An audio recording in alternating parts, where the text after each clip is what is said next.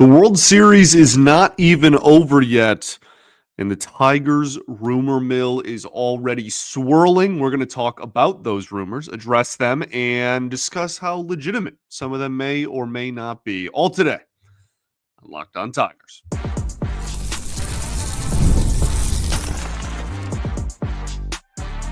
You are Locked On Tigers, your daily Detroit Tigers podcast. Part of the Locked On Podcast Network, your team every day.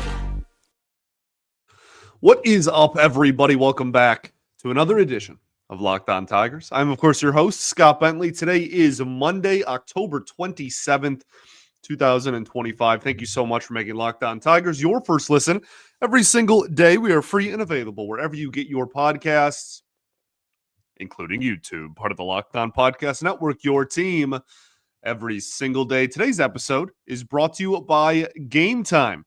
Download the Game Time app, create an account, and use code LOCKEDONMLB for $20 off of your first purchase. Welcome in, welcome all. Happy Monday, everybody. Hope you all had a fantastic weekend.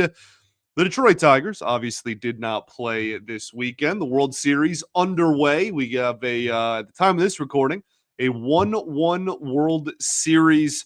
Hopefully it stays close, and should be a good one. It's been very entertaining so far. You had an incredible pitching performance in Game 2. You had kind of the Blue Jays offensive explosion in Game 1. So a lot of good storylines so far. Speaking of storylines, we are going to talk about the biggest storylines surrounding your Detroit Tigers already. It's like I said, October 27th. And there is already a plethora, if you will, of rumors surrounding the Tigers organization, and the World Series isn't even over yet. So we are going to just address the biggest rumors up to this point. Now, there's a little bit of an asterisk in there. Tarik Skubal, we could have like a 5-hour episode just on every single mock trade and rumor in regards to Skubal. So that, like, I'm not doing every single mock trade I've seen on Tarik Skubal. We'd be here for the entire week, and it would have to be like this, 300 straight hour episode. So we won't go fully in depth on that, but there is a lot of other stuff. There's a lot of, reported interest the Tigers have in certain players that are free agents that are maybe on the trade market. And I think that it's important with, again, I know it's late October, but the offseason is right around the corner, kind of like what we talked about on Friday. And we'll have a ton of shows like this throughout the offseason as well, especially during GM and winter meetings. This is not the only time we will just talk, hey, like, what are we hearing? What are the rumors? We'll do, honestly, like, we could probably have a weekly show dedicated to that. But we will certainly do it ahead of, GM and winter meetings and those busy weeks as well. So this is not just like a one and done type of conversation. But yeah, we have a lot of deadlines and stuff to talk about when the season does end. So I think it's, again, similar to Friday, important to get out in front of some of these conversations. In regards to Skubal, just so we can put a bow on it and move on and go on to, I was going to say bigger and better things, but neither of those are true. I'll say this, okay? This will be the one thing I say on the matter in this episode, at least. We'll talk about it a billion other times, I'm sure. You are going to have to give up something significant, okay? I'm so tired of reading these mock trades and looking at these rumors of organizations out there that literally just do not have the assets to make a Skubal trade happen. Like, your bottom of the lineup bat that you don't want anyways, and your fan base is trying to actively trade, is like not going to be the centerpiece for a Tarik Skubal trade, dude. Like, I'm sorry. And I think the biggest component of that is Scott Harris has stood pat multiple times just in, the 3-4 years he's been here on players that probably should have been traded. But if the value isn't there, the value isn't there. And he's not going to force something just to do it, especially when not trading Skubal just gets you arguably the best pitcher on the planet for 2026. So that's all I want to say on that. Is like I'm very tired of the, Miguel Andujar and Clint Frazier style mock trades where it's like, here's, a bunch of guys that we don't really want anyway. Surely that'll land us, Tarik. Like, no, man, it's going to take a lot, a lot. Okay, let's start with, we started with Tarik Skubal. Let's move on to Jarren Duran. Jim Bowden of The Athletic. We've referenced him already a few times in this postseason and Tigers offseason. Says that Jarren Duran is a potential fit for the Detroit Tigers, and the Tigers would, I think the quote was, would love to add him or like have interest in him at a minimum. This would be another left-handed hitting outfielder. He has some really good defensive seasons. He also has some like not great defensive seasons, to be honest with you, but like he has proven, I think, with the speed and history that he can play a plus defensive outfield. He also can play center field, and he's been mostly playing corner outfield for Boston, but I think lately especially that's more just because they have Rafaela, who's one of the best defensive center fielders literally in the entire sport. So there's no need for Duran to play center field there, at least in the current iteration of the Boston Red Sox. He's got a really good arm. He's really fast, like I said, steals a lot of bases, hits, a lot of triples, right? Like has all the stuff that indicates a lot of speed, top 9 or 10% in baseball, just in, sprint speed measured. So, I mean, in terms of the Tigers' reported interest, like, I guess if you want to acquire him and put him in center field or have a Duran and Green, like corner outfield, I guess, and Meadows or, Clark, whatever ends up happening in center field happens. And then Carpenter and Wencio Perez are like the DHs, I guess. I don't know, man. It would make the team slightly better. I think the fit here is really weird. And I have a really hard time believing that this is like serious interest because of that. He's another lefty outfielder, which you already have 6 billion of. He also has whiffed at a pretty high rate throughout his career and was in the bottom 5th in baseball in whiff rate. And when I say bottom, I mean highest, like bottom in terms of like not a good number. So was in the top 20% in the league in highest whiff rate in 2025 and was well below league average in K rate.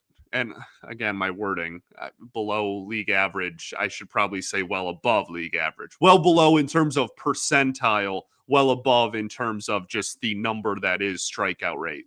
So like if I'll just bear with me here. If you can get him for relatively cheap, fine. But I think in general, it's a weird fit, and I'm not sure how much I believe it. If he was a right-handed hitter, I think it would be a lot different. But he's a lefty, and he's not a lefty that, like, it isn't a platoon guy, but he's a lefty. No, he's a lefty that had like a 600 OPS against left-handed pitching this year. Like he doesn't hit lefties. And even last year in 2024, when he had his fantastic, amazing burst onto the scene, like all-star caliber season, he didn't hit lefty. He had like a 650 or 640 OPS against lefties. Like he still didn't hit them very well, even at his best. So, the reason I said I'd come back to this, I said if you can get him for relatively cheap, fine. You won't. The Red Sox want a lot because he's put up back-to-back pretty solid seasons. Nothing is going to come close to his 2024, which was just outstanding. But took a step back this year, had a sub 800 OPS, and the Red Sox are going to want a lot because he's under team control for the next like 3 years still at 29 years old. Like you're essentially just getting him for his prime years for very little cost. So I don't think there's a fit here. The Red Sox want a lot. The Tigers aren't going to make him the centerpiece of a Tarik Skubal trade. Like the Tigers aren't trading Tarik Skubal for Jarren Duran. Like that's not going to be the biggest asset they get in return. That's like preposterous. So I don't see it. I really don't see this lining up. Yeah, I mean, unless the Tigers are willing to dip into the farm system to bring in a guy that really just plays a similar style to all the outfielders they already have. I don't know. He would improve on the base paths. He would improve the speed, the stolen bases that I told you about. He would make the team better. I'm not trying to say like this dude sucks. He's he's a very good baseball player that just put up like a 4-win season this year. Like had a very solid season. Was incredible in 2024. He would make the Tigers better. And if they did acquire him, I would not be upset. I don't think there's that this lines up in terms of value between the two organizations. That's all. Okay, let's talk about a lot of other rumors that we have. We'll do that right after this. First, though, got to talk to you all about our friends over at FanDuel. The NBA is so unbelievably back, and there's no better way to get in on the action than FanDuel, the official sports betting partner of the NBA.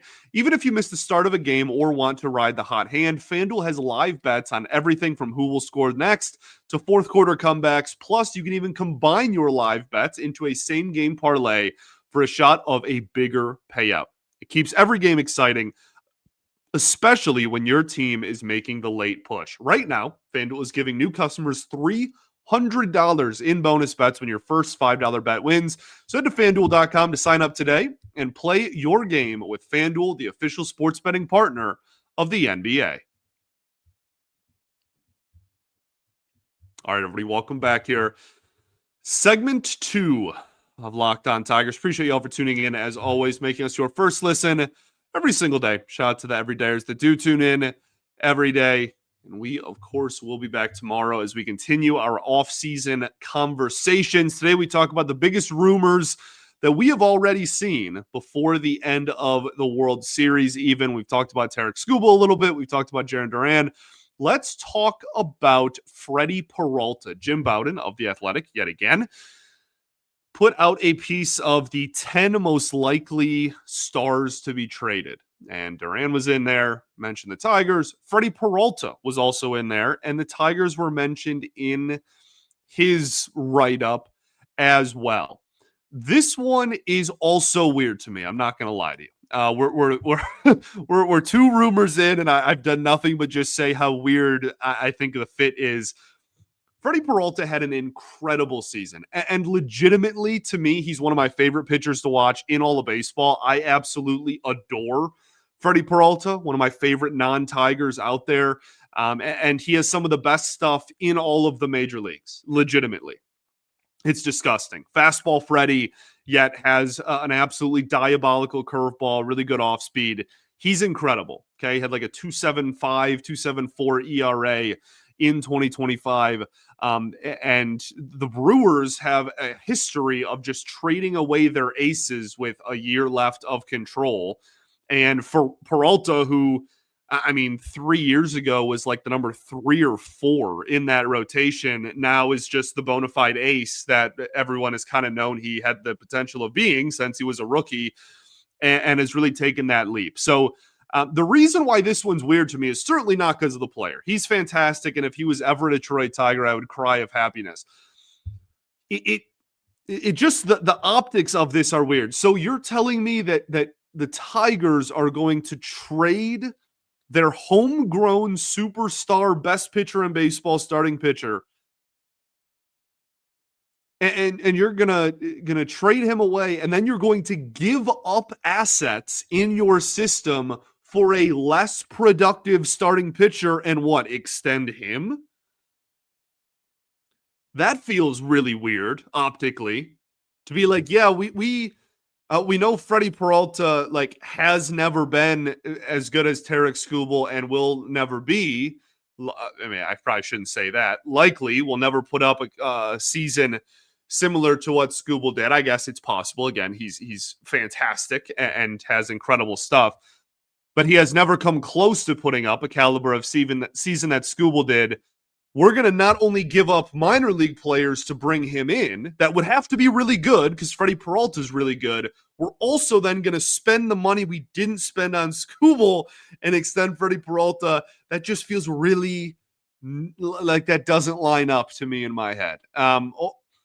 or you're going to trade for another starting pitcher, extend him while Skubal is still on the roster, and then let Skubal walk for nothing, but you're going to extend Freddy Peralta. So basically the sentiment you'd be setting out in that case is, sorry, Tarik, you're actually too good for us to extend. We want someone who's been a little bit less productive than you, because that is more in our price range. That feels ridiculous to me.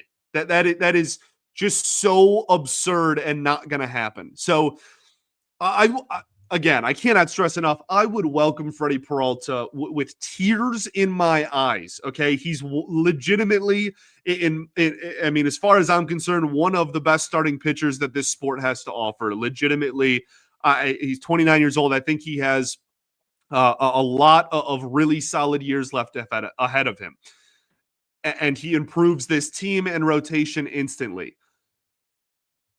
But the only way I see this making even a lick of sense is if you were to trade Skubal, get a crazy return, then trade for Peralta. You'd still walk out of that like situation in the green, presumably, in terms of like assets received. And then you extend Freddie for less than you would have had to pay Skubal, and you still have an ace, and you still, I mean, hopefully, again, made out in the green in terms of like assets received. And that's like a pipe dream scenario. Like that there's so many ifs involved with that. I really don't see this happening. But I've been wrong so many times in my life, and I will be wrong so many more times in my life. And that's the beautiful, fun thing about the game of baseball. So we'll see what happens there. Bregman, I don't even want to spend too much time on this. Mark Feinsand of MLB.com put out an article of the 30 biggest offseason like free agent targets and teams that he's hearing or thinks could be a potential fit. Obviously, the Tigers are going to be in every Bregman rumor from now until he signs with any team. This is another one, again, that's just going to be constant all year. So we don't have to go super in depth on it. Third base, a position of need for Detroit. He's a good defender, something that the Tigers front office likes. He doesn't strike out, something that this team wants to get better at. He doesn't swing and miss, something that this team wants to get better at. He does walk, something that this team wants everybody in their lineup to emulate. And they literally had interest in him last year, and this year he might be cheaper. They're going to have interest. I know some people, again, like as I always say, I read my own comments. I'd like to think I'm relatively in tune with what the fan base is feeling, just like with the people I follow on social media and stuff. There are some people that are like, I don't even want to go through the Bregman thing again. I get that. Okay. I really do. And if they're offering him the same contract they offered him last year, I'd probably be a little off put by that. But again, if you think there's a chance that he could be of cheaper value than he was a year ago, then you would be foolish not to, again, at least kick the tires. I'm not saying you got to go all out and guarantee him on the team. And, you know, in 2026, you're going to suck unless Bregman's at third. I think that's a little extreme on the flip side. But they're gonna call and they're gonna see what the price tag inevitably is gonna end up being. Bo Bichette. This one is really fascinating to me. Mark Feinsand, again at MLB.com, in his article said the Tigers could be a potential fit in his eyes for Bo Bichette. We started this conversation a little bit last week. We kind of threw Bichette's name out there, and it wouldn't shock me if this continued a little bit throughout the offseason. It's this one's a weird one because it might not be the biggest like positional need on the team. However, it's certainly not a strength either, right? Like they haven't had a good offensive season from a shortstop since like I don't even know when. Jose Iglesias maybe, and even that, like he had no power when he was here. That was, 280 of singles and no walks, hitting 9. So I mean, Bo Bichette is something that also, in terms of what the lineup needs and what you want to bring in, certainly fits some of those bills as well. He doesn't walk a whole lot, which I guess maybe in a perfect world, you'd like him to walk a little bit more, but actually had decent walk numbers this year when he was healthy. But this guy puts the bat on the ball. He's a guy that's going to be, over the course of a season, He's going to be relatively high up there in batting average in the American League. I mean, honestly, is going to have, with his approach, probably one of the highest batting averages in the American League, assuming his health any given year, and doesn't swing and miss a whole lot. The reason why I think the Tigers might be hesitant to pursue him is he is a horrible defender. Like I would love to add this to my lineup, but I mean, honestly, I have serious doubts and concerns about putting Bichette at shortstop, especially if they were to get him in free agency. That would be a long-term deal, dude. Like he's been a pretty brutal defender, like for almost all of his Major League Baseball career. There's only like a couple of months here and there where he's graded out as anything but a massive negative defensively. So I think the only way the Tigers really go after him is if they're confident he can play second or third base long term. I don't see them ponying up the money necessary to outbid other teams and bring him in to keep him at shortstop. And other teams probably, well, I shouldn't even say probably might. There might be teams out there that are more comfortable with him sticking at short, but he's only 27, 28, and he's already like literally graded out as one of the worst defenders in baseball this year at arguably one of the most important positions on the entire diamond.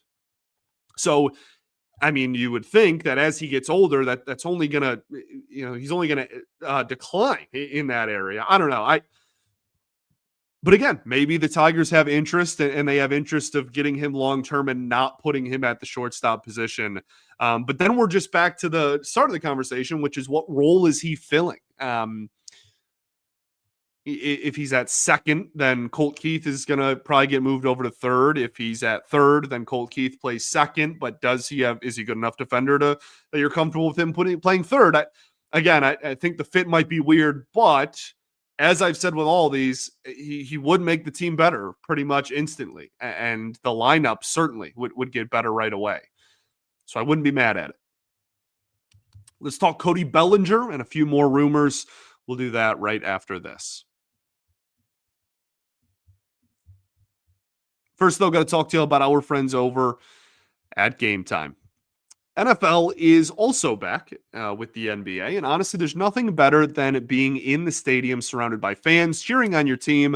But let's be honest, getting tickets can be a hassle between queues, login screens, prices jumping at checkout. It's very frustrating, and that's why I use Game Time, the app that gives the advantage back to the fans. Game Time is fast, it's easy, and it's backed by the Game Time guarantee, so you'll always get 100% authentic tickets delivered on time and at the best price. Plus, all fees are included, so the price you see is actually the price you pay. I pulled up Game Time, and it's just, again, a couple of taps, and you saw amazing deals, and you're now talking about your favorite NFL games for as low as $100. It is amazing. The app is super simple, and I could even see the exact view of my seat before I bought my ticket. So, download the Game Time app, create an account, and use code LOCKEDONMLB for $20 off of your first purchase. Terms apply. And that's promo code LOCKEDONMLB for $20 off. Swipe, tap, ticket, go. Download Game Time today. All right, everybody, welcome back here. Third and final segment of Locked On Tigers. Appreciate y'all for tuning in as always. Let's talk Cody Bellinger. Mark Feinsand, yet again, in his, because we're mostly referencing that one because it was 30 players, the article. So go be sure to check that out. You can read, talks Schwarber, talks all the biggest names in the offseason. Bellinger also ties into what we talked about Friday really well because it basically just begs the question, how much of a priority is center field for the Detroit Tigers this winter? Would you rather pony up the money, the big price tag that Bellinger is going to cost, and have him be your center fielder, another lefty, but like it's Cody Bellinger, he's good? Or would you rather just use Parker Meadows for the first 6 to 8 weeks, see if he can hit? If he does, then you just keep him the rest of the year. And if he doesn't, then you give Max Clark an opportunity to take the reins in center field, a third or halfway through the season. Bellinger certainly makes this team better. Yet again, copy and paste. I just think Detroit might have higher priorities than center field, especially when it comes to forking over the big price tag that will be attached to Cody Bellinger's name.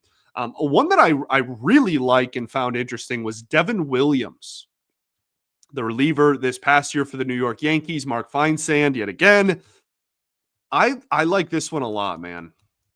He has some of the best stuff in baseball. His strikeout rate and whiff rate is elite, like genuinely one of the two or one even highest percentage of relief pitchers in baseball. This year was a disaster for him. Okay. I'm not trying to tell you anything differently. There is no denying that.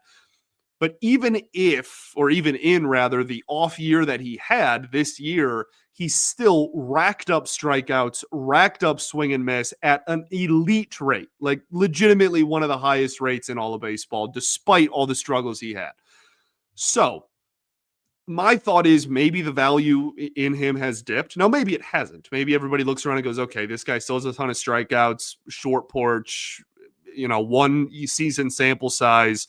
He had a sub-2 ERA like the 3 years leading up to that. He's only 31 years old. Forget it. This guy's still really good. And his value doesn't dip at all. Maybe that's true. But there's a chance, at least, that after a 4.7 ERA season, the value maybe isn't what it was a year ago, or what we thought it was going to be a year ago. This is just a risk I am extremely willing to take. Now, like that doesn't mean pay him $20 million a year. Okay. Like that doesn't mean make him the highest paid reliever in baseball to bring him in, but he's 31 and has been one of the best relievers in baseball for most of his career. And relief pitching is just so volatile, man. It's up and down, left and right. It is so hard to predict year to year. And I'll take one of the best swing and miss artists in baseball in this Tigers bullpen that desperately needs it, even staring down the struggles he had last year right in the eye. I really wouldn't budge on that.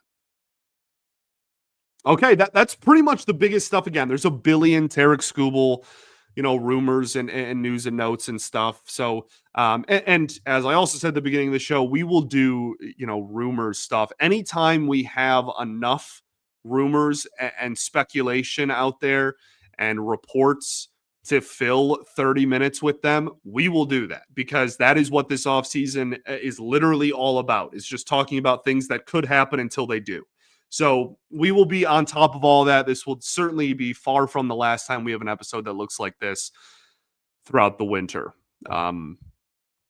Just a couple of quick things to end the show on. Riley Green and Zach McKinstry both nominated for Silver Slugger awards. Riley Green in the outfield, Zach McKinstry in utility. It makes sense that both of them are on there. Riley Green, over 110 RBIs, 30 home runs, despite all the strikeouts. He's going to make that list. Zach McKinstry, all-star first half, utility player, going to make that list. We'll see if either of them or both of them come home with said awards.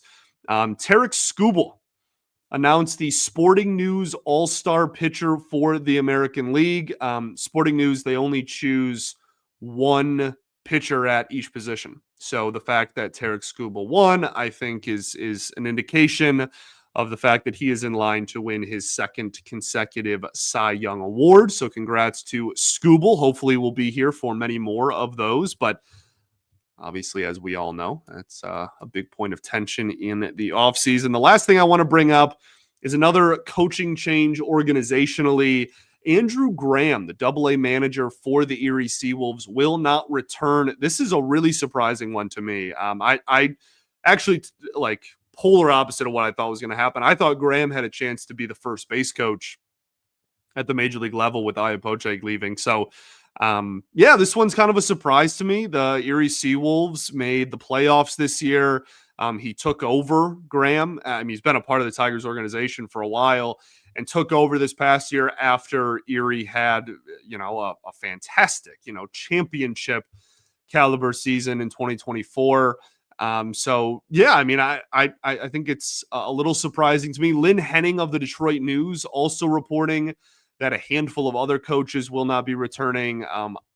Ali Kadey, pitching coach of the Lakeland Flying Tigers, Jeff Branson, who is a minor league hitting instructor, Tim Garland, who is a minor league outfield coach, and Angel Baroa, a Tigers infield coordinator in Latin America. All will also not be returning in 2025. Again, that's the great Lynn Henning over at the Detroit News, who's been doing this longer than I have been alive. So we're going to take his word on all of that. Also reported the Andrew Graham thing. At least that was the first thing the first person I saw bring that up. So we'll see. There's going to be some holes to fill outside of, Iapose and Graham. There's not a ton of massive holes to fill, but we still have not even gotten official confirmation that everybody else will be back at that. So we'll keep an eye on all that here, and we'll be back tomorrow. Thanks for making Locked On Tigers your first listen every single day. Shout out to the everydayers that do tune in every day, and we will, of course, be back on Tuesday. Peace and love. Going to therapy's dope, and I'll catch y'all tomorrow, baby. Go Tigers.